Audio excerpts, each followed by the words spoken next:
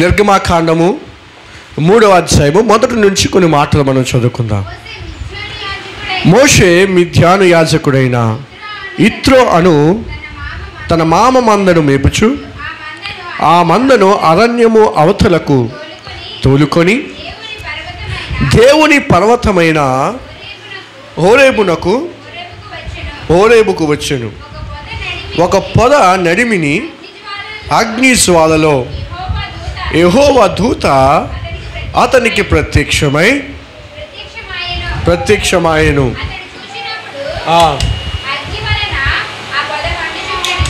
అగ్ని వలన ఆ పొద మండుచుండెను కానీ ఆ పొద కాలిపోలేదు. అప్పుడు మోషే, ఆ పొద ఎలా కాలిపోలేదు?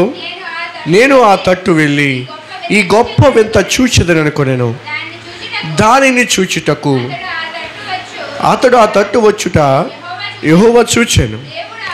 దేవుడు ఆ పొద నడుము నుండి మోషే మోషే అని అతనిని పిలిచాను. అందుకతడు చిత్తము ప్రభువా అనెను. అందుకైన దగ్గరకు రావద్దు,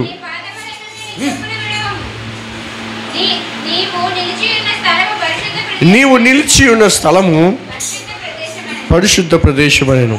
చాలు, చిన్న ప్రార్థన. పరిశుద్ధుడానికి స్తోత్రాలు ప్రభా.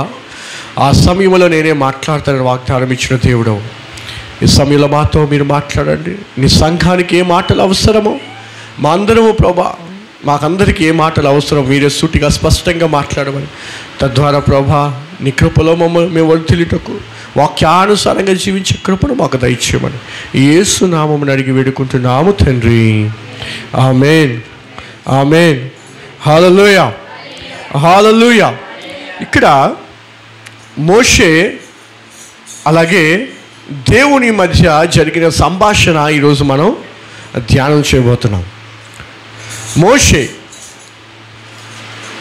మిద్యాను ప్రాంతంలో ఉన్న తన యాజకుడైన తన మామ ఇంటి దగ్గరికి వెళ్ళి తన మామ యొక్క మందను కాచుకుంటున్నప్పుడు ఆ అరణ్యములో మోషేకి ఒక చెట్టు కనిపించింది. ఏం కనిపించింది? ఒక చెట్టు. ఆ చెట్టుని చూసినప్పుడు అందరూ నా వైపు వినాలి. ఆ చెట్టుని చూసిన ఇలా తిరిగిన అందరూ నా వైపు ఇలాగ. పిల్లలు అది గోడకి ఎందుకంటే మీరు చేరబడిపోతున్నారు పిల్లలు. ఎవరండి పెద్దోళ్ళు అంటే వాళ్ళకి నడువు నొప్పులు, కూర్చోలేరు. మీరేరా మా శ్రావణి పట్టుకో.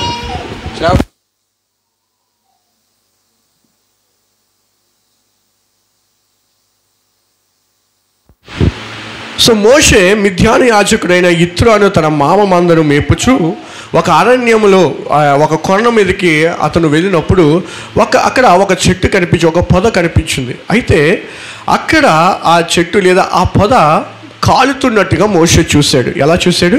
కాలుతున్నట్టుగా మోషే అది చూశాడు. అది చూసిన తర్వాత మోషే అనుకున్నాడు, అది మోషే చూస్తున్నప్పుడు ఆ పొద కాలుతుంది, మండుతుంది. కానీ ఇప్పుడు చూడండి, ఏదైనా ఒక వస్తువు మండించబడినప్పుడు లేదా మండుతున్నప్పుడు సాధారణంగా ఏమవుతుంది? కాలిపోయి అది బూడిదలాగా రాలిపోతూ ఉంటుంది. అయితే మోషే ఇక్కడ ఆ చెట్టును చూసిన లేదా ఆ పొదను చూసినప్పుడు అది మండుతుంది కానీ అది కాల్చబడలేదంట. మండుతుంది కానీ అది కాల్చబడలేదు.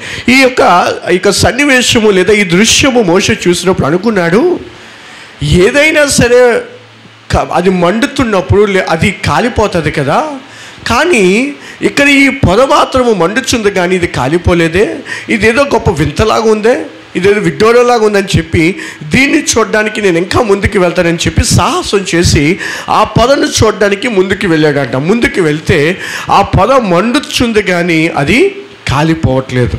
ఎలా ఉంది? మండుతుంది కానీ కాలిపోవట్లేదు. అయితే ఇక్కడ నేను మీకు ఏమి చెప్పాలని నేను ఆశపడుతున్నానంటే, ఈ మండుచున్న ఈ పొద దేనికి సాదృశ్యము? ఈ మండుచున్న పొద నుండి మనం ఏం నేర్చుకోబోతున్నాం అనేవి ఈరోజు మీతో నేను పంచుకోవాలని ఆశపడుతున్నాను. ఇక్కడ మోషే తన జీవితంలో ఒక గొప్ప నాయకుడిగా అవడానికి లేదా మోషే తన జీవితంలో ఒక సక్సెస్ఫుల్ నాయకుడిగా అవడానికి మొట్టమొదటి కారణము తన జీవితంలో దాన్ని ఏమంటారు, ఒక టర్నింగ్ పాయింట్ ఎక్కడంటే ఈ మండుచున్న పొద అని చెప్పడంలో ఏమాత్రం సందేహం లేనే లేదు. మోషే తన జీవితంలో గొప్ప కార్యాలు ఎక్కడి నుంచి చూడడం స్టార్ట్ చేశాడంటే ఈ మండుచున్న పొద దగ్గర నుంచి తన జీవితంలో గొప్ప కార్యాలు చేయడం చూస్తున్నాం. అయితే మోషే జీవితంలో ఇన్ని గొప్ప కార్యాలు చూడడానికి కారణం మొదట ఏం చేశాడంటే ఆ కొండ మీద ఆ మండుచున్న ఆ పొదను మొదట మోషే చూశాడు. మొదట ఏం చేశాడు? చూశాడు. రెండవది చూసిన వ్యక్తి అది మండుచుంది కదా అని చెప్పి దాన్ని చూసి అలా వెళ్ళిపోలేదు, కానీ అక్కడ ఏం జరుగుతుంది అని తెలుసుకుందామని చెప్పి మండుచున్న ఆ పొద దగ్గరికి మోషే వెళ్ళడము జరిగింది. కొంచెం అడ్జస్ట్ అవ్వండి, నా గొంతుకు అస్సలు బాగాలేదు. ఈరోజు కొంచెం ఫ్రీ అయింది, అసలు వాయిస్ రావట్లేదు, కానీ చెప్పే ప్రయత్నం నేను చేస్తాను. మధ్య మధ్యలో వాయిస్ చేంజ్ అవుతూ ఉంటుంది, అయినా సరే మీరు ఏ విధంగా ఫీల్ అవ్వద్దు. ఓకే, సో మోషే ఆ మండుచున్న పొదను చూశాడు. వినాలి ప్రవీణ్, పిల్లలు పట్టించుకోవద్దు. మోషే ఆ మండుచున్న పొదను చూశాడు. రెండవది ఆ పొద దగ్గరికి వెళ్ళాడు. వెళ్ళిన తర్వాత ఎవరిని కనుక్కున్నాడంటే అక్కడ జీవము కలిగిన దేవుణ్ణి మోషే కనుక్కున్నాడు. మోషే అది చూసి దగ్గరికి వస్తుంటే దేవుడు అంటున్నాడు, మోషే నువ్వు అక్కడే ఆగు. ఏం ప్రభా, ఏమైంది? నువ్వు వస్తున్న స్థలము లేదా నువ్వు చూసిన స్థలము, నువ్వు ఏ స్థలానికైతే రాబోతున్నావో ఆ స్థలము చాలా పరిశుద్ధమైనది, కాబట్టి నువ్వు ఎలా పడితే అలాగా ఆ స్థలానికి నువ్వు రావడానికి వీలు లేదు. మరి ఏం చేయమంటావు? ఆ స్థలము పరిశుద్ధమైనది కాబట్టి నీ పాదాలకున్న ఆ చెప్పులు బయట నువ్వు విడిచిపెట్టి ఆ స్థలానికి నువ్వు రావాలి. ఇక్కడ మండుచున్న పొద మనం చూసుకున్నట్లయితే జీవము కలిగిన దేవుడు లేదా ఆయన సన్నిధికి సాదృశ్యంగా ఉంది. మనము దేవుని సన్నిధికి వచ్చినప్పుడు ఎలా రావాలని దేవుడు ఆశిస్తున్నాడో తెలుసా? ఎలా పడితే అలాగ దేవుని సన్నిధికి నువ్వు రావడానికి వీలు లేదు. ఏదో అనాలోచనతో నువ్వు దేవుని మందిరానికి వచ్చేయడానికి వీలు లేదు. నువ్వు దేవుని సన్నిధిలో అడుగు పెట్టావంటే ఖచ్చితంగా దేవుడు చెప్పిన మాట ఏంటో తెలుసా? నువ్వు దేవుడి దగ్గరికి వస్తున్నావంటే ఖచ్చితంగా నీ పాదాలకున్న ఆ చెప్పులు నువ్వు బయట విడిచిపెట్టాలి. అంటే దాని అర్థం ఏంటో తెలుసా? ఈ లోకంలో నువ్వు తిరుగుతూ ఉంటావు. ఈ లోకంలో నువ్వు తిరుగుతూ ఉంటావు, నీకు నచ్చిన పనులన్నీ చేసుకుంటూ ఉంటావు. దేవుని సన్నిధికి ఎప్పుడైతే నువ్వు వచ్చావో అవన్నీ కూడా నువ్వు ఖచ్చితంగా బయటే విడిచిపెట్టి నువ్వు దేవుని సన్నిధికి వచ్చే ప్రయత్నము నువ్వు చేయాలి. ఈరోజు చాలామంది దేవుని మందిరానికి వచ్చినప్పుడు లోకంలో ఎలాగైతే జీవించారో అదే లోకపు అలవాట్లు దేవుని మందిరంలోకి తీసుకొని వచ్చేస్తారు. లోకంలో ఎలాగంటే ఆలోచనలు కలిగి ఉన్నారో ఆ ఆలోచనలు దేవుని మందిరంలోకి తీసుకొని వచ్చేస్తున్నారు. అందుకే ఎప్పుడు చెప్తుంటా, దేవుని మందిరానికి వచ్చే ముందు ఖచ్చితంగా మనము మన ఇంటి దగ్గర సిద్ధపడి దేవుని మందిరానికి రావాలి. ఎందుకంటే అది దేవుని మందిరము పరిశుద్ధమైనది. మనం సేవిస్తున్న దేవుడు జీవము కలిగిన వాడు, ఆయన పరిశుద్ధుడు. అందుకే దేవుడు అంటాడు, నేను పరిశుద్ధుడి కనుక మీరు కూడా పరిశుద్ధులై ఉండండి అని దేవుని వాక్యం చెప్తుంది. కాబట్టి దేవుని మందిరానికి వచ్చే ముందు మనల్ని మనము స్వపరీక్ష చేసుకోవాలి. ఈ వారమంతా నేను ఎలా ఉన్నాను దేవుని సన్నిధిలో, లేదా లోకంలో ఈ వారమంతా నేను ఎలా ఉన్నాను, ఏ పనులు చేశాను. నేను దేవుని సన్నిధికి వెళ్తున్నాను కదా, దేవుని సన్నిధికి వెళ్తున్నప్పుడు అదే హృదయంతో, అదే ఆలోచనతో, అదే చూపులతో, అదే మనసుతో నేను వెళ్తే నా దేవుడు నన్ను అంగీకరించుడు. కాబట్టి నేను ఖచ్చితంగా దేవుడి మందిరానికి వెళ్ళకముందు నన్ను నేను సిద్ధము చేసుకుంటానని చెప్పి ముందుగా మనం సిద్ధపడి మనం దేవుడి మందిరానికి రావాలి. దేవునికి స్తోత్రం, హల్లెలూయా. ఎప్పుడైతే మనం మన్నించబడతామో, ఎప్పుడైతే మనము దాన్ని ఇంకా ఏమంటారంటే ఇంగ్లీష్లో బర్నింగ్ అంటాం. ఏమంటాం? బర్నింగ్. సో ఎప్పుడైతే మనము మన్నించబడతామో అనేక మందికి దీవెనకరంగా మనము మారుతాం. ఆ రోజు ఆ మండుచున్న పొద ఏం చేసింది? మోషే జీవితాన్నే మార్చేసింది. ఆ రోజు దేవుడు అక్కడ ఏర్పరిచాడు ఆ మండుచున్న పొదని. ఆ మండుచున్న పొద మోషే జీవితాన్ని మార్చేసింది. ఈ రోజున దేవుని పక్షమున కొన్ని ప్రశ్నలు నేను వేస్తున్నాను. ఆ రోజు మోషే తన జీవితంలో ఒక అద్భుతమైన నాయకుడిగా ఎదగడానికి కారణం మొదట ఆ చోటును చూశాడు, రెండవది అక్కడికి వెళ్ళి దేవుణ్ణి కనుగొన్నాడు. అయితే ఈరోజు నీకు వేస్తున్న ప్రశ్న ఏంటో తెలుసా? నువ్వు దేవుణ్ణి కనుగొన్నావా? నువ్వు దేవుణ్ణి కనుగొన్నావా? నీ హృదయములో దేవునికి స్థానం ఉందా? అలా నా వైపు చూడాలి. నీ హృదయంలో దేవునికి స్థానం ఉందా? మీరు అనొచ్చు, పాస్టర్ గారు స్థానం లేకుండా దేవుని మందిరానికి ఎలా వచ్చేస్తామండి? వస్తారండి చాలామంది తమ హృదయంలో క్రీస్తుని ఉంచుకోకుండా కూడా దేవుని మందిరానికి వచ్చేవారు చాలామంది ఉన్నారు. దేనికి వస్తారో తెలుసా? అటెండెన్స్ వేయించుకోవడానికి దేవుని మందిరానికి వస్తారు. దేవునికి వస్తారో తెలుసా? అరే ఈ వారం అంతా ఎలాగోలాగ బతికేశాను, ఈ వారమై ఈ ఒక్కరోజైనా సరే దేవుని దగ్గరికి వెళ్ళకపోతే మళ్ళీ ఏమైనా జరిగిపోతుందేమో అని కొంతమంది ఆ డౌట్తో కొంతమంది దేవుని మందిరానికి వస్తారు. అయితే ఆ రోజు మోషే ఎలా తెలుసా వచ్చాడు దేవుని సన్నిధికి? ఆ మండుచున్న పొద దగ్గరికి వచ్చిన మా డిస్టర్బెన్స్గా ఉన్నారు, మాట్లాడద్దు. ఆ మండుచున్న పొద దగ్గరికి వచ్చినప్పుడు దేవుడు అన్నాడు, నీ పాదరక్షలు బయట విడిచిపెట్టి, నీ చెప్పులు విడిచిపెట్టి నువ్వు లోపలికి రా నా దగ్గరికి. ఈరోజు అదే దేవుడు మనతో చెప్తున్నాడు, నువ్వు దేవుని సన్నిధికి వస్తున్నావు, బాగానే ఉంది. దేవుని మందిరంలో ఆరాధిస్తున్నావు, బాగానే ఉంది. దేవుని సన్నిధిలో ప్రార్థన చేస్తున్నావు, బాగానే ఉంది. అయితే ఏ హృదయంతో నువ్వు దేవుడి మందిరానికి వస్తున్నావు? ఏ ఆలోచనతో నువ్వు దేవుడి మందిరానికి వస్తున్నావు? ఒకసారి ఆలోచించాయి.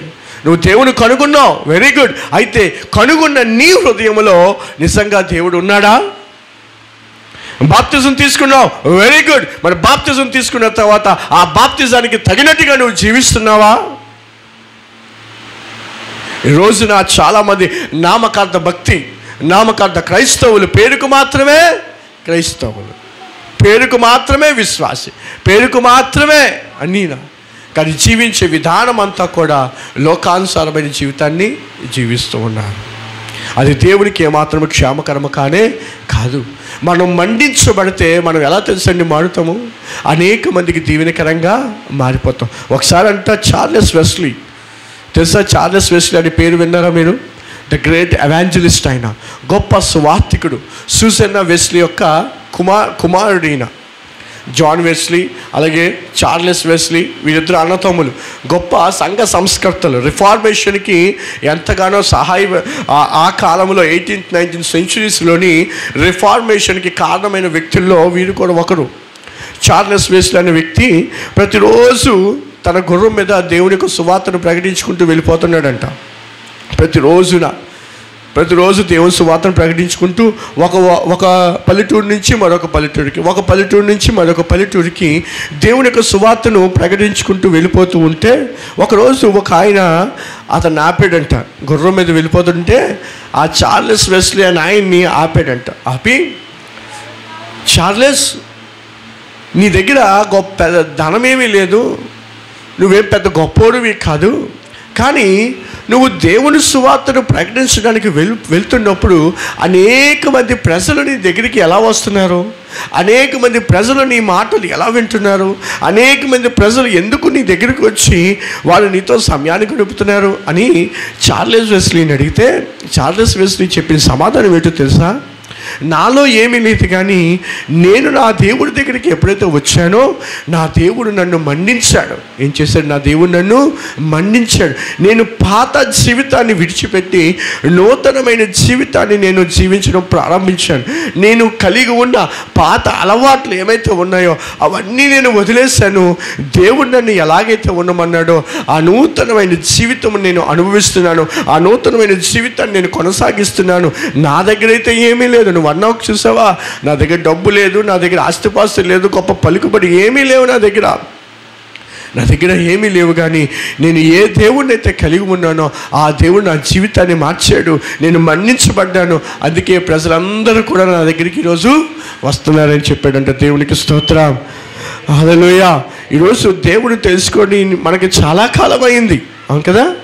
దేవుని తెలుసుకొని చాలా కాలం అయింది.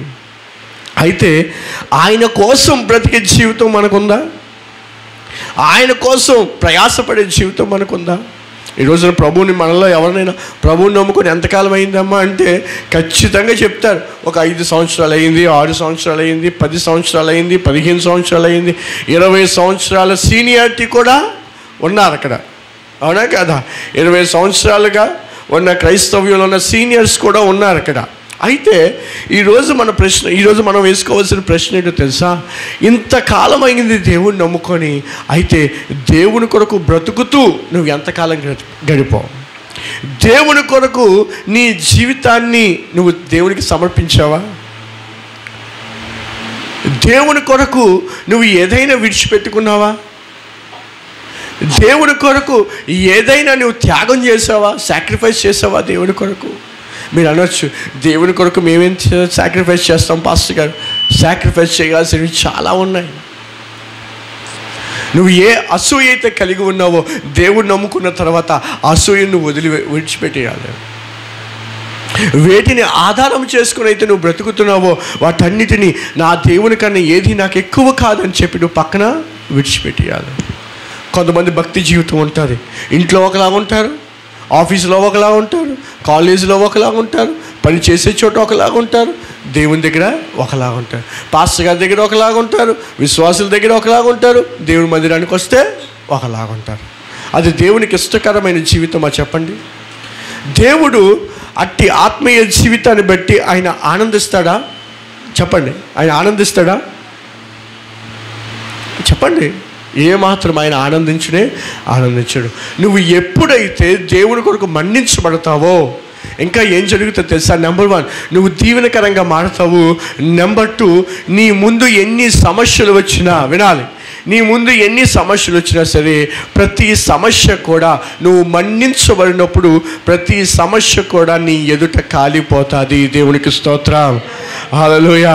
నువ్వు ఎప్పుడైతే దేవుని కొరకు మన్నించబడతావో, ఎప్పుడైతే దేవుని కొరకు నువ్వు నిలబడతావో, దేవుని కొరకు ఎప్పుడైతే బ్రతకడం నువ్వు స్టార్ట్ చేస్తావో ఏది కూడా నీకు ఎంత మాత్రం హాని చేయదు.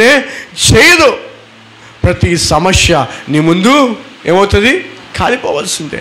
ఎందుకంటే నువ్వు సాధారణమైన వ్యక్తివి కాదు, దేవుని చేత నువ్వు మన్నించబడుతున్న వ్యక్తివి. ఎవరికైనా నిద్ర వస్తే చక్కగా ఫేస్ వాష్ చేసుకుని వచ్చాడు. దేవుడు వాక్యాన్ని వినడం మనకి ఆశీర్వాదం, రైట్? సో మనం ఎప్పుడైతే దేవుని కొరకు జీవించడానికి మనం ఇష్టపడతామో మన ముందు ఏ శత్రువు కూడా నిలబడే అవకాశం ఉండదు. అది ఏదైనప్పటికీ, ఏదైనా అలవాటు నిన్ను తరచు బాధ పెడుతూ ఉందా? ఏదైనా అలవాటు నిన్ను బానిసత్వంలోకి తీసుకుని వెళ్ళిపోతుందా? ఏదైనా వ్యసనము ఇంకా నువ్వు పాపంలోనే ఉండేలా చేస్తుందా? అంటే దాని అర్థం ఏంటో తెలుసా? నువ్వు ఇంకా దేవుని కొరకు మన్నించబడలేదు, నువ్వు ఇంకా దేవుని కొరకు మండలేదు. దేవుని తెలుసుకున్నావు అంతే, కానీ దేవుడు ఎంత శక్తి గలవాడో, దేవుని నీ హృదయంలో పెట్టుకుంటే ఆయన ఎంత గొప్ప కార్యాలు చేయగలడో నువ్వు ఇంకా ఆయన్ని సరిగ్గా తెలుసుకోలేదు. అందుకే ఒక భక్తుడు అంటాడు, if Jesus did change your life it means you met another Jesus. అంటే దాని అర్థం ఏంటి తెలుసా? ఒకవేళ యేసు నీ జీవితాన్ని మార్చలేదంటే నువ్వు నిజంగా యేసు దగ్గరికి రాలేదు. ఇంకా నువ్వు నిజంగా యేసు దగ్గరికి రాలే. చూడండి, త్రాగుబోతులు చూడండి, వాళ్ళు ఏమంటారు? ఫుల్గా త్రాగేసి అంటాడు, ఈ రోజు నుంచి నేను మారిపోతాను, ఈ రోజు నుంచే నేను మారిపోతాను. ఫుల్గా తాగేసి ఇప్పటి నుంచే మానేస్తానంట. ఎప్పటి వరకు? మళ్ళీ ఆ మందు జోలికి వెళ్ళలేనంతవరకు. మళ్ళీ ఆ సిచ్యువేషన్ వచ్చాక, సమయం వచ్చిన తర్వాత మళ్ళీ తాగేస్తాను, మళ్ళీ అంటే ఇప్పటి నుంచి నేను మానేస్తాను. చూసారు అలాంటి వాళ్ళు? ఎప్పుడైనా నేను చూశాను, మనకి తరచూ కనిపిస్తూనే ఉంటారు అలాంటి వాళ్ళు. త్రాగుడు ఒక్కటే కాదు, కానీ మనిషి ఏదైనా ఒక వ్యసనాన్ని విడిచిపెట్టాలంటే అది ఎలా సాధ్యమంటే కేవలము దేవుని చేత మన్నించబడినప్పుడు మాత్రమే అది సాధ్యము. దేవుని కొరకు నువ్వు మండకుండా, దేవుని చేత మండించబడకుండా నీ ఎదుట ఉన్న ఏ వ్యసనము కానీ, ఏ యొక్క సాతాను యొక్క క్రియలు కానీ ఏవి కూడా అవి కాలిపోవు. నువ్వు మన్నించబడితేనే అవి నీ ఎదుట నిలవకుండా కాలిపోతాయి. మోషే ఆ మంటను చూసినప్పుడు, దగ్గరికి వెళ్ళినప్పుడు దేవుని కనుగొన్న మోషే తన జీవితాన్నే మార్చేసుకున్నాడు. అసలు మోషే ఎందుకు తన మామ దగ్గరికి వెళ్ళాడో తెలుసా అండి? ఐగుప్తు దేశంలో ఇద్దరు వ్యక్తులు గొడవ పడుతూ ఉంటే ఒక హెబ్రీయునికి ఒక ఐగుప్తునికి గొడవ అవుతే మోషే అది చూసి మోషే కోపం వచ్చి దేవుని ప్రజలైన హెబ్రీయుల్ని వీడు కొడతాడని చెప్పి ఒకరి దగ్గరికి వెళ్ళి ఆ ఐగుప్తుని ఒకే ఒక షాట్ వేస్తాడంతే. ఒక్క దెబ్బతో చంపి పడేస్తాడు మోషే. అంత బలవంతుడు మోషే. ఒకే దెబ్బ, రెండో దెబ్బ లేదు, ఇంకా ఒక దెబ్బ కొట్టగానే చచ్చిపోతాడు అక్కడికక్కడే, వెంటనే పాతి పెట్టేస్తాడు. ఆ తర్వాత మరొకరు గొడవ పడతాడు. ఎందుకయ్యా మీరు గొడవ పడతాడంటాడు. అంటాడు, నిన్న ఐగుప్తుని చంపిస్తుంటే మమ్మల్ని చంపేస్తావా అని చెప్పి ఒకడు అంటాడు. అనగానే మోషే భయపడిపోయి, అలా నేను చంపిన విషయం తెలిసిపోయిందని చెప్పి మిద్యాను ప్రాంతానికి వెళ్ళిపోతాడు. అక్కడ ఇత్రో అనే మామ ఇత్రో అనే వ్యక్తికి అల్లుడిగా చేయబడతాడు. దేవుడు ఏదైనా మన జీవితంలో ఒక కార్యము చేయాలంటే దాని వెనుక ఆయన చేయవలసిన కార్యాలన్నీ కూడా ఆయన చేసుకుంటూ వెళ్ళిపోతాడు. నీ జీవితం మారాలి అని ఆయన ఉద్దేశించినప్పుడు దానికి దేవుడు తగిన ద్వారాలన్నీ కూడా తెరుస్తూ ఉంటాడు. ఆనాడు దేవుడు అనుకున్నాడు మోషే మన్నించబడాలి. మోషే మన్నించబడాలి. మోషే అలాగే ఉండిపోవడానికి వీళ్ళు అనేక మందికి దీవెనకరంగా మారాలనుకున్నాడు. కాబట్టి మోషేని దేవుడు ఏం చేశాడు, మిద్యాను ప్రాంతానికి తీసుకొని వచ్చాడు. ఆ అరణ్యములో ఆ గొర్రెలు మేపడానికి దేవుడు తీసుకుని వెళ్ళాడు. అక్కడ ఆ మండుచున్న పొదను దేవుడు చూపించాడు. ఈరోజు అడుగుతున్నాను, మండుచున్న నీవు ఏదైతే విడిచిపెట్టాలో అది విడిచిపెట్టావా? ఏ అలవాట్లు వదిలేయాలో ఆ అలవాట్లు వదిలేసావా? నీలో ఏ పాపమైతే ఉందో ఆ పాపాన్ని విడిచిపెట్టేసావా? ఒకసారి ఆలోచించాయి. ఈరోజున చాలామంది కొంతమందికి కొన్ని టెంప్టేషన్స్ ఉంటాయి. నువ్వు నిజంగా దేవుని కొరకు మండించబడితే మొట్టమొదటిగా నువ్వు చేసే పని ఏంటో తెలుసా? నువ్వేం చేస్తావు తెలుసా? దేవుని కొరకు మండించబడితే నువ్వు దేనితోనైతే ఎక్కువ సమయాన్ని గడుపుతావో దేవుని కన్నా దాన్ని నువ్వు మొదట విడిచిపెడతావు. ఏంటిది? దేవుని కన్నా ఎక్కువగా నువ్వు దేనినైతే ప్రేమిస్తున్నావో, దేనితోనైతే సమయాన్ని గడుపుతున్నావో, నువ్వు దేవుని కొరకు మండడం స్టార్ట్ అయితే, మన్నించబడ్డం స్టార్ట్ అయితే నువ్వేం చేస్తావు తెలుసా? దేవునికి తప్ప ఎక్కువ సమయాన్ని ఎవరికి కూడా నువ్వు ఇవ్వడానికి ఇష్టపడవు. నువ్వు మారావు అనడానికి ఒకే ఒక సూచన ఏంటంటే నీ సమయాన్ని ఎక్కువగా దేవునితో గడుపుతావు. నువ్వు సమయాన్ని దేవునితో గడపలేదంటే నీలో మారు మనసు లేదు. నువ్వు దేవునితో వ్యక్తిగతంగా గడపలేదంటే నీలో అసలైన పశ్చాత్తాపం ఇంకా రాలేదు. దీన్ని బట్టి మన యొక్క స్పిరిచువల్ స్టేటస్ ఏంటో మనకు అర్థమైపోతుంది. ఇప్పుడు మనం ప్రశ్నించుకుందామా? ఇప్పుడు ఒక ప్రశ్న వేసుకోండి. మీరు మీ హృదయంతో ఒక మాట అనుకోండి. నా ప్రాణమా, నువ్వు నిజంగా మార్పు చెందావా అనుకోండి. ఒకసారి మీ ప్రాణంతో చెప్పండి. మీ ప్రాణానికి ఒక ప్రశ్న వేయండి. నా ప్రాణమా, నువ్వు నిజంగా మారావా? నువ్వు ఎవరితో ఎక్కువ సమయం గడుపుతున్నావు? నువ్వు ఎక్కడ ఎక్కువ సమయం గడుపుతున్నావు? దేనితో ఎక్కువ సమయం గడుపుతున్నావు? ఎలా సమయం గడుపుతున్నావు? ఇవన్నీ ప్రశ్నించుకుంటే మేము చెప్పవలసిన లేదు. మీరు మార్పు చెందారా లేదా మీకే అర్థమైపోతుంది. అవునా కాదా? దేవునికి ఇచ్చిన సమయం కంటే మీరు ఎక్కువ సమయాన్ని దేనికైతే ఇస్తున్నారో దాని అర్థం ఏంటంటే నీలో ఇంకా మార్పు లేదు. నువ్వు నిజంగా దేవుని కొరకు మన్నించబడితే ఏమవుతుందో తెలుసా? నువ్వు ఎక్కువసేపు టీవీ చూడడం మానేస్తావు. ఏం చేస్తావు? దేవుని కొరకు మన్నించబడితే ఎక్కువసేపు టీవీ చూడడం మానేస్తావు. నువ్వు దేవునితో సమయాన్ని ఎక్కువ గడపడానికి ఇష్టపడతావు. నువ్వు మన్నించబడితే ఏం చేస్తావు తెలుసా? నీ స్నేహితులతో గడిపే సమయాన్ని నువ్వు తగ్గిస్తావు. ఫ్రెండ్షిప్ని కొంచెం తగ్గిస్తావు. ఆ ఫ్రెండ్స్తో మాట్లాడే టైంలో నువ్వేం చేస్తావు? నేను ప్రార్థన చేసుకోవాలి అని చెప్పి దేవుని దగ్గరికి నువ్వు వస్తావు. నువ్వు దేవుని కొరకు మన్నించబడితే ఇంకా ఏం చేస్తావు తెలుసా? ఈ లోకములో ఉన్న వాటి కొరకు ప్రయాస పడకుండా దేవుని పని కొరకు నేను ఏం చేయాలి అని ప్రయాసపడతావు. నువ్వు దేవుని కొరకు మన్నించబడితే ఇంకా ఏమవుతుందో తెలుసా? నువ్వు ఏదైతే కలిగి ఉన్నావో అది దేవుని సన్నిధికి తీసుకొచ్చే ప్రయత్నము చేస్తావు. అది ఏదైనప్పటికీ నీ సమయం కావచ్చు, నీ టాలెంట్స్ కావచ్చు, నీ ట్రెజర్ కావచ్చు, అంటే నీకున్న డబ్బు కావచ్చు, నీ దగ్గర ఉన్న నీ తలాంతులు కావచ్చు, నీ దగ్గర ఉన్న నీ సమయం కావచ్చు. నువ్వేం చేస్తావు? ఎక్కువగా దేవుని సన్నిధిలో ఉపయోగించే ప్రయత్నం నువ్వు చేస్తావు. ఇంకా ఏం చేస్తావు తెలుసా? నీ చుట్టూ ఉన్న ప్రజలను కూడా నువ్వు పక్కన పెట్టి మొదట దేవునితోనే సమయాన్ని గడుపుతావు. వీటిలో ఏదైనా మనం విడిచిపెట్టామా? ఇంకా ముందుకెళ్ళి నువ్వు కలిగి ఉన్న ఆ ఫోన్ కూడా నువ్వు పక్కన పెట్టేస్తావు. దాంతో ఎక్కువ సమయం నువ్వు గడపవు. నీలో ఈ చేంజెస్ ఉన్నాయా? నువ్వు మన్నించబడ్డావా నిజంగా? ఒకసారి ఆలోచించే. మన్నించబడ్డావా నువ్వు? చెప్పండి, మన్నించబడ్డారా? ఒకవేళ మనం మన్నించబడకపోతే దేవుడి కొరకు సాక్షులుగా మనం ఏమాత్రం ఉండలేము. ప్రభువుని నమ్ముకొని చాలా కాలం అయిపోయింది. యేసుక్రీస్తుని సొంత రక్షకుని అంగీకరించావు, కానీ ఇంకా నువ్వు ఎందుకు దేవుని కొరకు సాక్షిగా ఉండలేకపోతున్నావు అంటే దేవునితో నువ్వు సమయాన్ని గడపలేకపోతున్నావు. అబ్రహాము తన జీవితంలో ఒక బొమ్మలు అమ్ముకునే వ్యక్తిని దేవుడు ఏం చేశాడండి? విశ్వాసులకు తండ్రిగా చేసేసాడు. విశ్వాసులకు తండ్రిగా మార్చేశాడు. కారణం ఏంటంటారు? అబ్రహాం ఏం చేశాడో తెలుసా? దేవుడి చేత మన్నించబడ్డాడు. దేవుడికి స్తోత్రం, హల్లెలూయా. దేవుని చేత మన్నించబడ్డాడు కాబట్టి ఒక బొమ్మలు అమ్ముకునే వ్యక్తిని తీసుకొచ్చి దేవుడి విశ్వాసులకు తండ్రిగా మార్చేశాడు. ఈరోజు మనం విశ్వాసం కోసం మాట్లాడుకుంటే మొట్టమొదటిగా మనం మాట్లాడుకోవాల్సింది ఎవరి కోసమో తెలుసా? అబ్రహాం కోసమే. ఒకసారి చూద్దామా?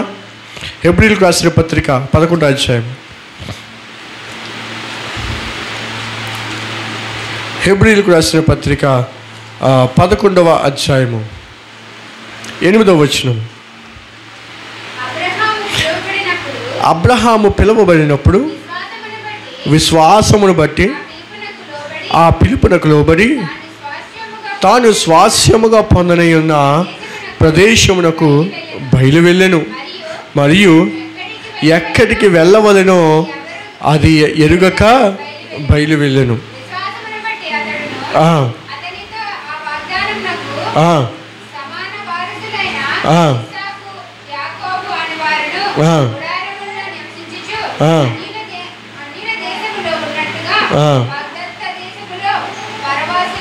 పరవాసులు అయిరి.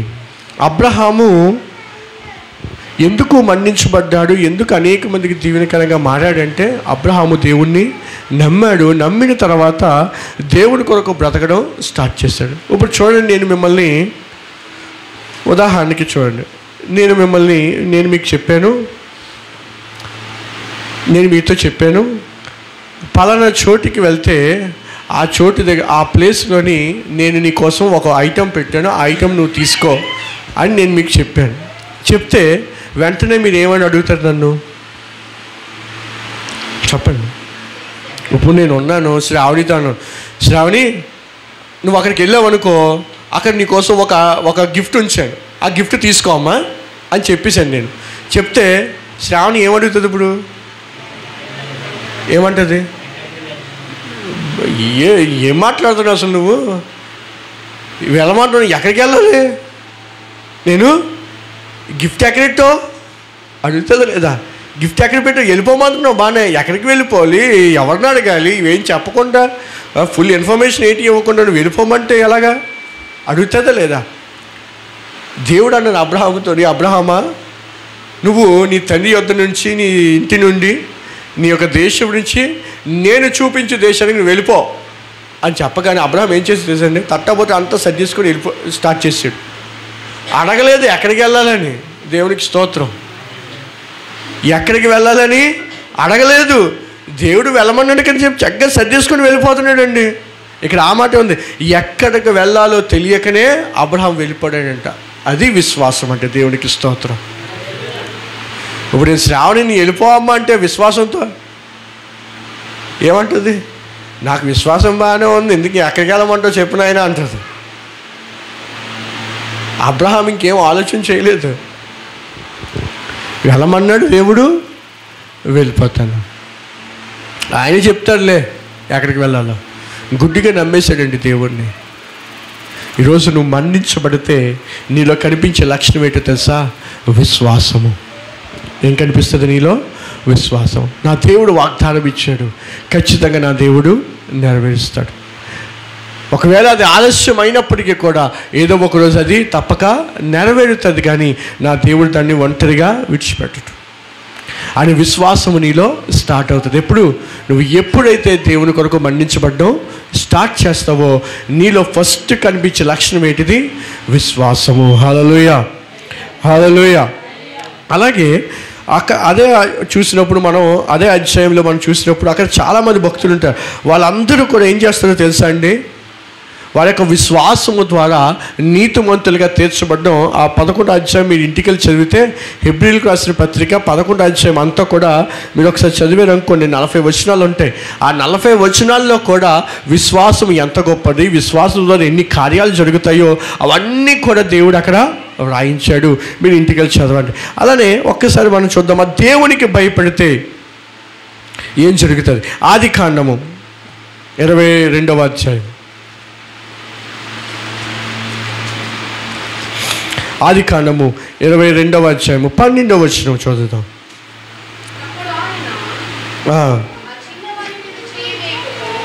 అప్పుడు ఆయన ఆ చిన్నవాడి మీద చెయ్యి వేయకము, అతను ఏమీ చేయకము, నీ కుమారుని నీవు దేవునికి భయపడువాడువని ఇందువలన నాకు కనబడుచున్నదనెను.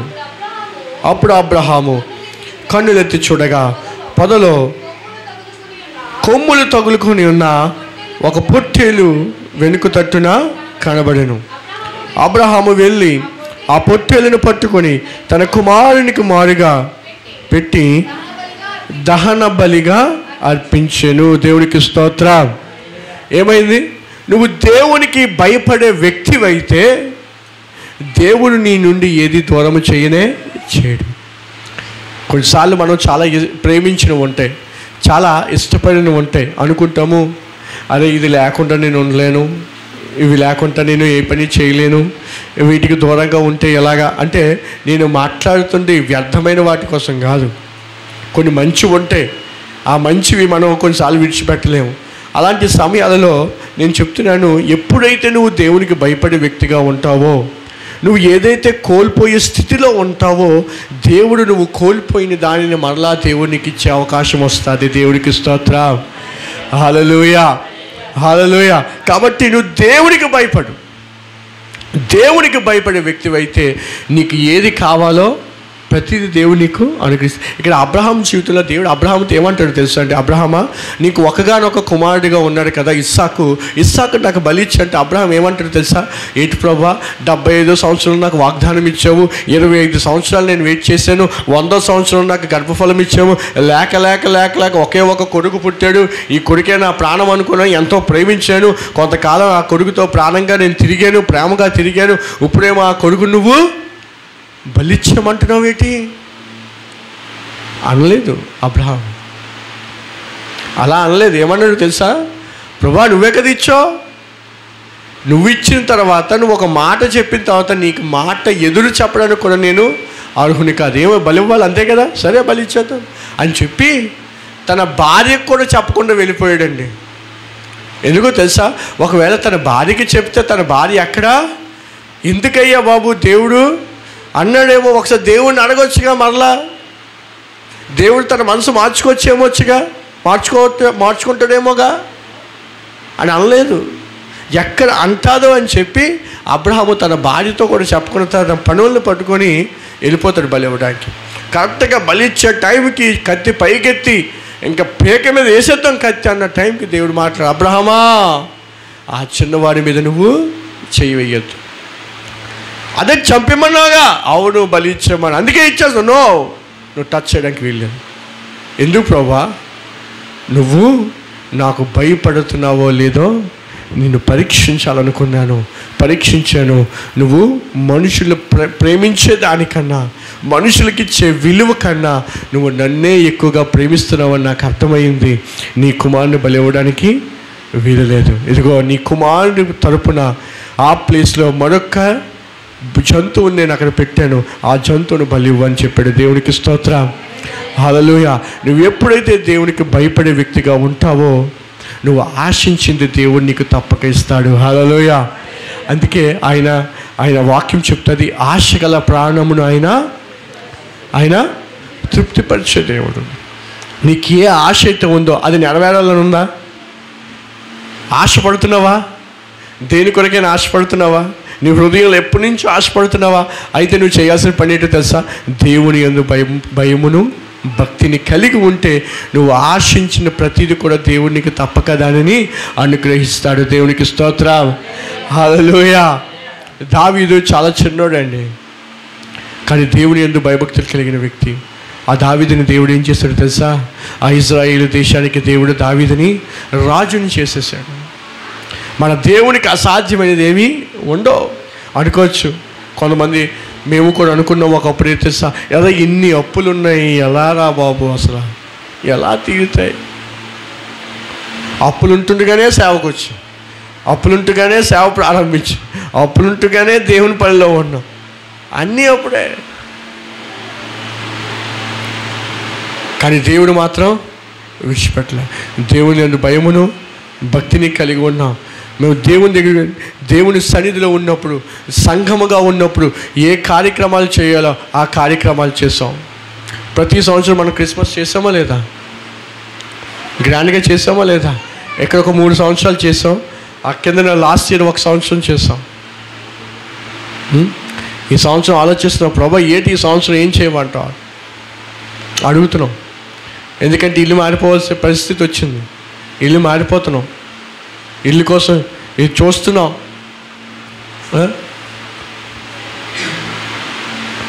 సో దేవుడు ఏది కూడా ఆపలేదు. ఎక్కడైనా అనుకున్నారా ఈ అప్పులు ఎలా తీరుతారని ఆయన అనుకున్నాం. కానీ దేవుడు అద్భుత రీతిగా 2024 సంవత్సరంలో దేవుడు అప్పులన్నీ కూడా క్లియర్ చేయడానికి దేవుడు సమయం ఇచ్చాడు. దేవుడు ఎంతగానో సహాయం చేశాడు. ఈరోజు నేను చెప్తున్నాను, ఒకవేళ నువ్వు కూడా ఇదే పరిస్థితిలో ఉన్నట్లయితే, అరే నా అప్పుల సమస్య నుంచి ఎలా బయటపడతాను? అసలు తక్కువ అప్పులు కాదు, చాలా అప్పులు ఉన్నాయి, వీటి నుంచి ఎలా బయటపడతాను? అసలు సోర్స్ ఏంటుంది, ఏం జరుగుతుంది అనుకో. కొన్నిసార్లు ఇలాంటి సమస్యలు ఉన్నప్పుడు ఏమనుకుంటావు తెలుసా? ఏదైనా అద్భుతం జరిగితే బాగుండు, ఏదైనా ఆశ్చర్యకార్యం జరిగితే బాగుండు. కొన్నిసార్లు మేము టీవీలో న్యూస్ చూస్తున్నప్పుడు న్యూస్లోని కొన్ని వస్తూ ఉండేవి. ఏమని వచ్చి తెలుసా? అనుకోకుండా ఒక వ్యక్తి అకౌంట్లో 1600 కోట్లు పడ్డాయి. ఆ నిజం. టీవీలోని కొన్ని న్యూస్ చూసినప్పుడు అనుకోకుండా ఒక వ్యక్తికి, ఒక పేదోడు ఏదో రోడ్డు క్లీన్ చేసుకునే ఒక వ్యక్తికి లాటరీ తగిలింది. లాటరీ తగిలి 100 కోట్లు అకౌంట్లోకి వచ్చి అనగానే, ప్రభువా ఎంత గొప్ప దేవుడురా. నేను చాలాసార్లు ఆ ప్రార్థన చేసిన ప్రార్థన కూడా ఉంది. ప్రభువా ఎవరో తెలియలేని వ్యక్తికి ఇచ్చేసావు, నేను నీకు తెలుసు కదా ప్రభువా, ఎన్ని సమస్యల్లో ఉన్నావు తెలుసు కదా ప్రభువా, ఏసేవాడు ఎవడో వాడికి ఒక్కసారి దర్శించిన ఆయన నా అకౌంట్ నెంబర్ అడిగి చూపించు ప్రభువా. ప్రార్థన చేశాను, సమస్యలు అలాంటివి. ప్రభా అకౌంట్ అడిగి చూపించు ప్రభా, నా ఫోన్పే నెంబర్ అయినా అడిగి చూపించిన ఆయన. అడిగి నా అకౌంట్ నెంబర్ చూడగానే కనికరం పుట్టియాలి, ఆయన జాలి పుట్టియాలి, నా అకౌంట్లో వేసేయాలి ప్రభా. ఎన్ని ప్రార్థన చేశాను. మన దేవుడు తలుచుకుంటే అద్భుతాలే జరగవసరం లేదు, ఎలాగైనా ఆయన కార్యం చేయగలరు. దేవునికి స్తోత్రం. హల్లెలూయా, హల్లెలూయా. మనం కూడా చాలాసార్లు ఇలాగ అనుకుంటాం కదా.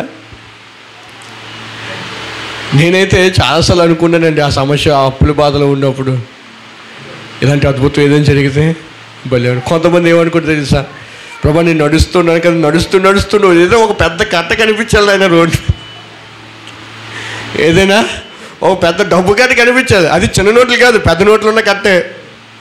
ఆ కట్ట తీసుకుని ప్రాబ్లమ్స్ అన్నీ సాల్వ్ అయిపోయింది ఆయన. కొన్ని సాక్ష్యాలు వింటూ ఉన్నప్పుడు అనిపిస్తూ ఉండేది నాకు, ప్రభా రాత్రి కలసంలో పడుకున్నాను కదా నాయన, అందరూ పడుకుంటారు కదా, ఎవరికి ఏమీ తెలియదు కదా, అద్భుత రీతిగా రాత్రికి రాత్రే మా ఇంట్లో డబ్బు వచ్చేయాలి నాయన, బీరువాలోని డబ్బు వచ్చేయాలి. ఆ డబ్బు చూసి మేము ఆశ్చర్యపోవాలి, అరే ఎలాగొచ్చేసిందిరా డబ్బు అనుకోవాలి నాయన. ఎప్పుడు జరగలేదు ఇవి, ఎప్పుడు ఇలాంటి అద్భుతాలు జరగలే. కానీ దేవుని యందు భయభక్తులు కలిగి ఉంటే మాత్రం, దేవునికి దగ్గరగా ఉంటే మాత్రం, దేవుని సన్నిధిలో ప్రార్థన చేస్తే మాత్రం మన దేవునికి తెలుసు మనల్ని ఎలా బయటికి తీసుకొని రావాలో ఆ సమస్య నుండి. దేవునికి స్తోత్రం. హల్లెలూయా. ఎలాగా కష్టం నుంచి బయటికి తేవాలో ఆయనకు బాగా తెలుసు. అద్భుతాలే జరగనవసరం లేదు, కానీ నువ్వు మన్నించబడితే చాలు. మన్నించబడిన నీలో నుండే దేవుడు అనేకమైన గొప్ప కార్యాలు నీ జీవితంలో చేయగలడు. హల్లెలూయా. మండుచున్న మోషే ద్వారా 6 లక్షల కార్బనము కలిగిన సైన్యాన్ని దేవుడు నడిపించాడండి మోషేతో. అదేమైనా చిన్న విషయమా? ఒక 10 మందిని మెయింటైన్ చేయాలంటేనే చాలా కష్టం. అటువంటిది 6 లక్షల మందిని కార్బలాన్ని పట్టుకొని సముద్రాన్ని దాటాడండి. ఆలోచించండి ఒకసారి, ఎలా దాటుంటాడు అసలు? కారణం ఏంటో తెలుసా? ఆ రోజు మండుచున్న ఆ పొద దగ్గర దేవుణ్ణి కనుగొన్నాడు. దేవునికి తన జీవితాన్ని సమర్పించేశాడు. ఏదైతే విడిచిపెట్టాలో దాన్ని విడిచిపెట్టి దేవుని దగ్గరికి వచ్చాడు. దేవుడు తన జీవితాన్నే మార్చేశాడు. ఈరోజు దేవుని జీవితాన్ని మార్చాలనుకుంటున్నావా? దేవుని బ్రతుకును మార్చాలనుకుంటున్నావా? నీ పరిస్థితులన్నీ మార్చాలనుకుంటున్నావా? అయితే నువ్వు చేయాల్సిన పని ఏంటో తెలుసా? దేవుని దగ్గరికి వచ్చినప్పుడు లోకానుసారమైన అన్నీ కూడా విడిచిపెట్టి నీ జీవితాన్ని మార్చేసుకొని దేవుని సన్నిధికి నువ్వు వచ్చినట్లయితే దేవుడు ఖచ్చితంగా నీ జీవితంలో గొప్ప కార్యాలు చేయడానికి ఇష్టపడతాడు. హల్లెలూయా, హల్లెలూయా. ఎప్పుడైతే దేవునికి మొదట ప్రాధాన్యత ఇస్తామో దేవుడు కూడా మన జీవితంలో మొదటి ప్రాధాన్యత ఇస్తాడు. దానికి ఉదాహరణ నేను ఒక మాట మన జీవితంలో, నా జీవితంలో జరిగింది నేను చెప్తాను. నేను ఎక్కడికి వెళ్ళినా, మీటింగ్ కానీ ప్రేయర్స్ కానీ దేవుని పనికి ఎక్కడికి వెళ్ళినా ఆన్ టైంలో ఉంటాను. అది ఖచ్చితంగా ఆన్ టైంలో ఉంటాను. మహా అయితే 1-2 నిమిషాల గ్యాప్ ఉంటుందేమో, కానీ ఏ టైంకి అయితే వస్తానని చెప్తాను ఖచ్చితంగా ఆ టైంకి ఉంటాను. ఏ టైంకి నేను స్టార్ట్ చేస్తాను టైం ఖచ్చితంగా స్టార్ట్ చేస్తాను. సో ఇదే కాదు, ఏదైనా దేవుడికి ఇవ్వాల్సిన సమయం కానీ, ఆ ప్రయారిటీ కానీ, ఇచ్చే విషయంలో కానీ, దేవుడి పక్షమున నిలబడే విషయంలో కానీ ఎప్పుడు కూడా టైంలో డిసిప్లిన్ మాత్రం తప్పిపోలేదు. అది నేను ఖచ్చితంగా చెప్పగలను. ఈ మందిరం కట్టబడిన తర్వాత కొంతమంది అన్నారు, పాస్టర్ గారు ఏంటండి ఎంత త్వరగా, ఎంత ఫాస్ట్గా దేవుడు మీకు మందిరాన్ని ఇచ్చేసాడు అన్నప్పుడు నేను వాళ్ళకి ఏం చెప్పలే, ఒకే ఒక మాట చెప్పాను. ఒకే ఒక మాట చెప్పాను. ఒకే ఒక మాట చెప్పాను. ఏంటి తెలుసా? నా దేవునికి ఎప్పుడు కూడా నేను ఆన్ టైంలో కనిపించాను. నా దేవుడు అందుకే నాకు ఆన్ టైంలో నాకు ఏం కావాలో అది నాకు అనుగ్రహించాడని చెప్పాడు. అంతే. దేవునికి స్తోత్రం. అంతే, అందరూ ఇంకేం లేదు. అదే సీక్రెట్. దేవునికి నువ్వు ప్రాధాన్యత ఇవ్వు. దేవునికి ఆన్ టైంలో నువ్వు కనిపించు. దేవుని పని ఆన్ టైంలో నువ్వు చేయి. దేవుడు కూడా నీ పని ఆన్ టైంలో చేస్తాడు. మొన్న ఇక్కడ ఆన్లైన్ ప్రేయర్ అయింది కదా, వచ్చారు కదా ఆన్లైన్ ప్రేయర్. 12 మంది సేవకులు వచ్చారు. వచ్చిన తర్వాత అంతా అయిపోయిన తర్వాత ఒక సేవకులు అంటున్నాడు, ఆ సేవకుంది గాజువాకలో చాలా పెద్ద చర్చ్ ఉంది. నేను వెళ్ళాను ఆ చర్చికి. నేను ఆ చర్చికి వెళ్ళాను. ఆ చర్చ్ చాలా పెద్దది. ఇంచుమించుగా ఒక 300 మంది 400 మంది ఒకేసారి కూర్చోవచ్చు. అంత మంచి మంది. అయితే ఆ పాస్టర్ గారు వచ్చి అన్నారు మాట్లాడుతూ, పాస్టర్ గారు మా చర్చి మీరు చూశారు కదా? చూశానండి, చాలా పెద్దది.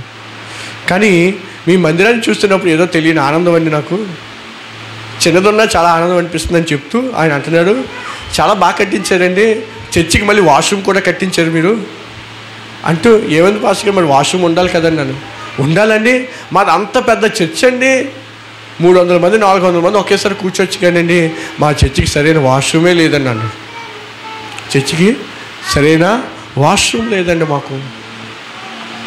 కానీ దేవుడు మీకు భలేగా ఇచ్చాడండి, మంచి వాష్రూమ్ ఉంది, బాగుంది, చాలా బాగుంది, దీన్ని బట్టి చాలా ఆనందిస్తున్నానండి నేను. చాలా సంతోషం అనిపించింది. మనం ఎప్పుడైతే దేవునికి ఇచ్చే సమయంలోని కానీ దేవునికి ఇచ్చే ప్రయారిటీలోని మనం ముందుంటామో దేవుడు ఏం చేస్తాడో తెలుసా? అనేక మంది చేత మనకి గొప్ప పేరును కూడా ఆయన కలిగజేస్తాడు. దేవునికి స్తోత్రం. హల్లెలూయా. సో మనం మన్నించబడితే చాలు, ఏమవుతుంది? దేవుడు మనల్ని దీవించడం స్టార్ట్ చేస్తాడు. అనేక మంది దీవెనకరంగా మార్చేస్తాడు. కాబట్టి దేవుడిని నమ్ముకున్నావు, బాగానే ఉంది. దేవుడి సన్నిధికి వస్తున్నావు, బాగానే ఉంది. అన్ని కార్యక్రమాల్లో పాల్పంచుకుంటున్నావు, బాగానే ఉంది. అయితే నా ప్రశ్న ఏంటో తెలుసా? నువ్వు మన్నించబడ్డావా? నువ్వు మన్నించబడ్డావా? ఈరోజు మన్నించబడకుండానే సాధారణ క్రైస్తవులా ఉండిపోతున్నావు. ఒకసారి ఆలోచించు. మండే క్రైస్తవునిగా ఉన్నావా, లేదా సండే క్రైస్తవునిగా ఉన్నావా? ఏ క్రైస్తవుడు నువ్వు? మండే క్రైస్తవుడువా, సండే క్రైస్తవుడువా? హలో చెప్పాలి. మండే క్రైస్తవునిగా ఉన్నావా, సండే క్రైస్తవునిగా ఉన్నావా? ఆచార భక్తి, ఆదివారం దేవుడి మందిరానికి వెళ్ళాలి, సండేగా, అందుకే సండే వస్తాం కదా. మరి మండే నుంచి సాటర్డే వరకు ఏంటి నీ పరిస్థితి? ఏ ఏ ఏ క్రైస్తవునిగా ఉన్నావు? కాలిపోతున్న క్రైస్తవుడువేనా? బూడిదైపోతున్న క్రైస్తవుడువేనా? మంట లేదా? దేవుని కొరకు జీవించాలనే మంట నీలో లేదా? నా జీవితంలో దేవుడు చాలా కార్యాలు చేశాడే, దానికి కృతజ్ఞత కలిగి నేను ఉండాలి అనే మంట నీలో లేదా? ఈరోజు నేను కలిగి ఉన్న ప్రతిదీ దేవుడు నాకు అనుగ్రహించాడే, దాన్ని బట్టి నా దేవుడు నేను స్తుతించాలి అనే మంట నీలో లేదా? ఒకసారి ఆయన పిలండి.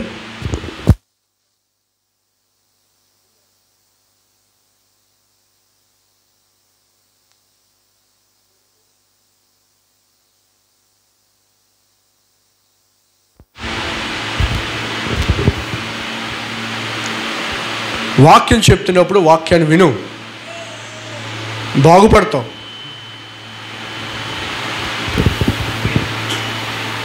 ఎలాగున్నాం మనం?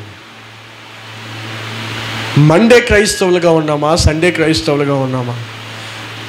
వారమంతా ఏదో విచ్చలవిడిగా తిరిగేసి ఆదివారం వచ్చేసి నీ భక్తిని కనపరుస్తాడని ప్రదర్శిస్తాడంటే దేవుడు దాన్ని యాక్సెప్ట్ చేయడండి. దానివల్ల ఉపయోగం లేదు మనకి.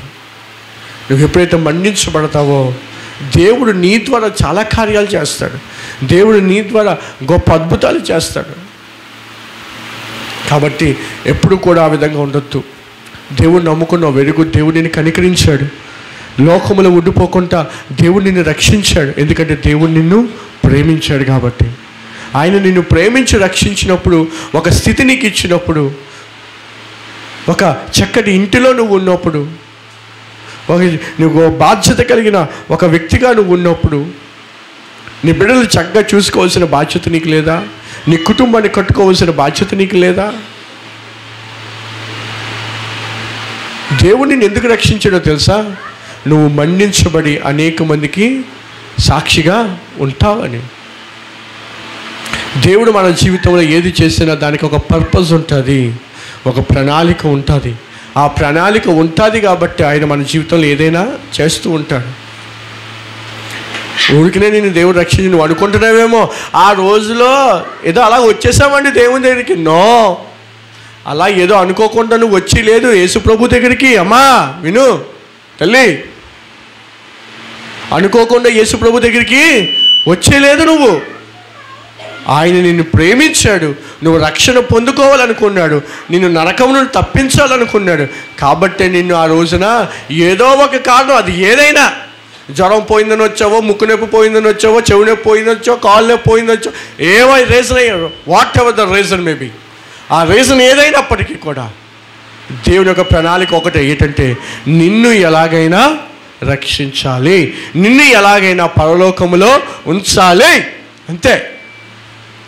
నీ కుటుంబం ఆశీర్వాదకరంగా ఉండాలి ఆయన ఆశించాడు. కాబట్టి ఏ రీజన్ నుండి అయినా సరే ఆయన పిల్లగలడండి దేవుని దగ్గరికి. ఒకరికి రోగం పెడతాడు, ఒకరికి వ్యాధి పెడతాడు, ఒకరికి శోధన పెడతాడు, ఒకరికి ఆర్థిక సమస్యలు పెడతాడు, ఒక్కొక్కరికి పెడతాడు, అంతే. యవనస్తులకైతే వాళ్ళు ఎలా లొంగాలో దేవునికి బాగా తెలుసు. ప్రేమాన్ని చిక్కెడతాడు, ఆడన్నింటిలో ఫెయిల్ అయిపోతాడు, ప్రేమలో ఫెయిల్ అయిపోతాడు, నెతుకుతాడు. ఎక్కడ ప్రేమ దొరుకుతుంది నాకు, ప్రేమ ప్రేమ ప్రేమ అని దొరుకుతాడు. ఎక్కడ దొరుకుతుంది అడిగి? యేసు ప్రభు దగ్గర దొరుకుతుంది. ఆ విధంగా దేవుడు యవనస్తులను రక్షిస్తాడు. కొంతమంది ఇంట్లో సమాధానం నెతుకుతారు. ఎక్కడ దొరుకుతుంది? యేసు ప్రభు దగ్గర దొరుకుతుంది సమాధానం. ఆ కుటుంబం యేసు ప్రభు దగ్గరికి వస్తారు. ఏదో అనుకోకుండా అయిపోలేదు నువ్వు దేవుని దగ్గరికి రావడం, దేవుని యొక్క చిత్తము కాబట్టే నువ్వు దేవుని దగ్గరికి వచ్చావు. ఈ సత్యాన్ని గ్రహించు. వాడు వచ్చి నువ్వు దేవుని కొరకు మన్నించబడకుండా ఎంతకాలం అదే జీవితం, ఎంతకాలం అదే నీరులాగా ఉంటావు? మన్నించబడవు ఇంక నువ్వు. నీ ఆత్మీయ జీవితంలో ఆ సీరియస్నెస్ లేదా నీకు? నేను ఆత్మీయ జీవితంలో ఎదగాలి, నా కుటుంబాన్ని కట్టుకోవాలి, నా బిడ్డల భవిష్యత్తు బాగుండాలి, ఈరోజు చాలామంది పిల్లలు నాశనం అయిపోతానికి కారణం ఏంటో తెలుసు, కనీసం తల్లిదండ్రులు తమ బిడ్డల పట్ల బాధ్యత లేదంతే, బాధ్యత లేదు. వారి కొరకు కన్నీరు కార్చే తల్లులు కరువైపోయారు ఈరోజు. గతంలో తల్లిదండ్రులు చేసిన ప్రార్థన ఈరోజు అనేక మందిని సేవకులుగా తయారు చేసి అనేక మందికి ఆశీర్వాదకరంగా మార్చేసింది. ఈరోజు ఎందుకు యవనస్తులు దేవుని దగ్గరికి రావడానికి ఇష్టపడ, తల్లే ప్రార్థన చేయదు. ఎంత దురదృష్టమో చూడండి. తల్లే ప్రార్థన చేయదు. తల్లే ప్రార్థనకి ఉదయం లేగదు, ఉదయం లేవాలని తెలియదు. నిజంగా మన్నించబడే తల్లి అయితే ఏం చేస్తుంది? తాను లేచి తన పిల్లల్ని లేపుతారే, ప్రార్థనకి లేగని రా, ప్రార్థన చేయాలి.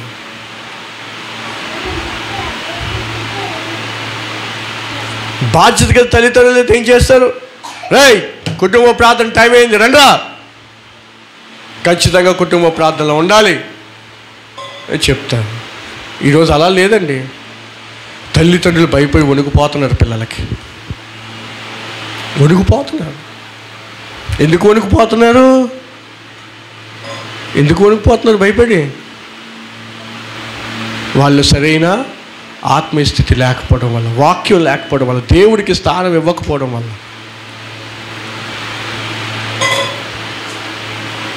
మనం ఎప్పుడైతే మన్నించబడతామో, దీవెనకరంగా మారుతామో, మనకి ఏది అవసరమో రైట్ టైంలో దేవుడు ఖచ్చితంగా అది మనకి అనుగ్రహిస్తాడండి. ఎప్పుడు నువ్వు మన్నించబడినప్పుడు. మోషే ఒక సాధారణమైన వ్యక్తి అండి. ఇంకా చెప్పాలని మోషే ఏమంటారు తెలుసా? తన ప్రజలు నడిపించి, ప్రభువా నాకు అంత సీన్ లేదు నాయనా, నేను నత్తోని నాయనా, నాకు నోటి మాటలు కూడా సరిగ్గా రావు, నువ్వు ఇచ్చే అంత పెద్ద మిషన్కి నేను పనికిరాను తండ్రి, నన్ను వదిలే నాయనా అంటాడు. దేవుడు అంటాడు, నువ్వు వదిలే అనకరా బాబు, నా శక్తిని నీకు ఇస్తాను కదా, నా బలాన్ని నీకు ఇస్తాను కదా.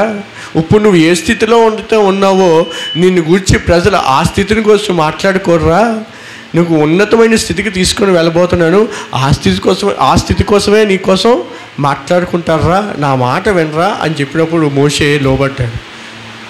ఆత్మీయ జీవితంలో మన్నించబడ్డాడు. ఇజ్రాయిల్ దేశానికే ఒక గొప్ప నాయకుడిగా పేరు పొందుకున్నాడు మోషే. ఇంకా మోషే కోసం దేవుడు ఏమంటాడు తెలుసా? నా ఇల్లంతటిలో